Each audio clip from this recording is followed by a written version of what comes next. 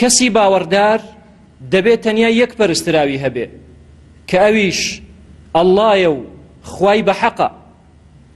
جگە لەو ئەگەر کەسێک عیبادەتەکان بۆ خودای گەورە بکە و هەندێکی بۆ غەیری خوا بکە، ئەوە کەسێکە خوای گەورە و میهرەبان ناوی ناوە مشریک، ناوی ناوە کەسێکە شەریک بۆ خوا قەرار دەدا و ئەو کەسە خوا بمان پارێزێ گەورەترین تاوانی کردووە.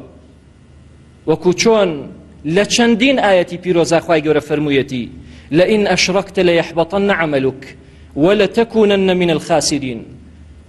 ئەگەر شەریکت بۆ خوا قەراردا، ئەگەر لەگەڵ پەرستنی خوادا پەرستشت بۆ کەسێکی تر کرد، عیبادەتت بۆ کەسێکی تر کرد، ئەوە تۆ کەسێکی مشریکی خوای گەورە دەفەرمێ. ئەوە کردەوەکانی هەمووی بەتاڵ بۆتەوە. وەلەتەکونەنە من الخاسرین. و لە ڕۆژی قیامەتیشا خەسارەتمەندی ئەو کەسێکە کە ئەو ڕەنجەی کە یاوێتی بەزایە چووە. بۆیە لەناو موسڵماناندا زۆرێک لە خەڵکی هەن لەگەڵ پەرستنی خوا پەرستن بۆ غەیری خوا دەکەن، وەکو چۆن خوای گەورە ناویان دەبا و دەفەرمێ وما يؤمن أكثرهم بالله إلا وهم مشركون.